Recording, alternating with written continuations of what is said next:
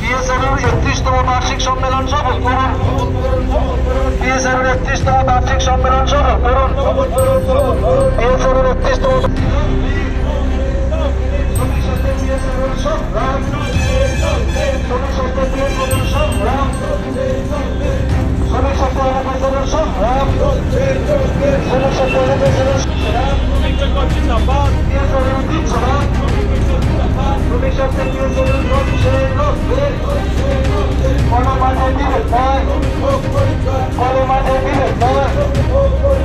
বেনিফুডের দাম কমাতে হবে।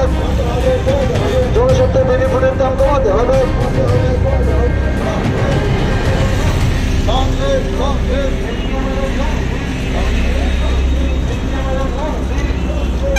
সমস্ত জীবনের ওষুধকে ডিপিসির আওতায় আনতে হবে। সমস্ত জীবনের জনস্বার্থে ওষুধের উপর থেকে জিএসটি প্রত্যাহার করতে হবে।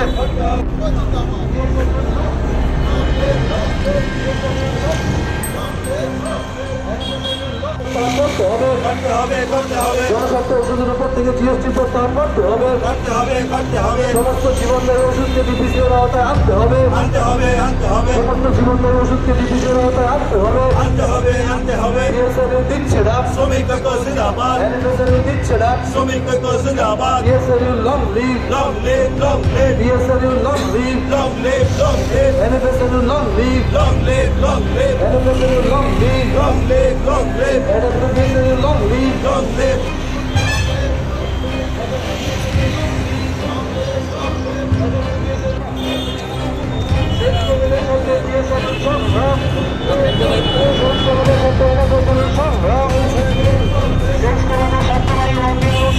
চালু করতে হবে।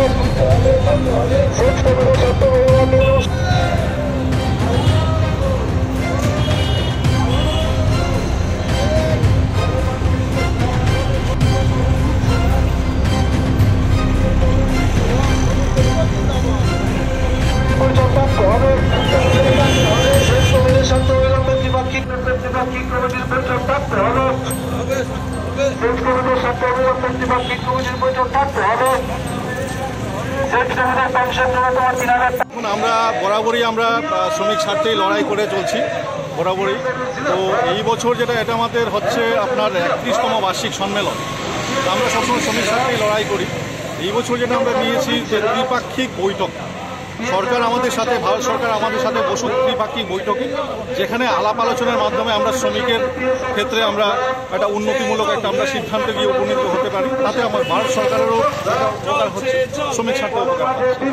আমরা দাবি রাখছি আমাদের পেনশন, যেটা মেডিকেল রিপ্রেজেন্টেটিভ এবং সেলসের ক্ষেত্রে আমরা যেটা বরাবরই রেখে থাকি 1000 টাকা আমাদের পেনশন, সেখানে আমাদের একটা দাবি থাকছে সেটা 1000 থেকে বাড়িয়ে এটা 3000 টাকা পর্যন্ত পেনশনের একটা করার জন্য।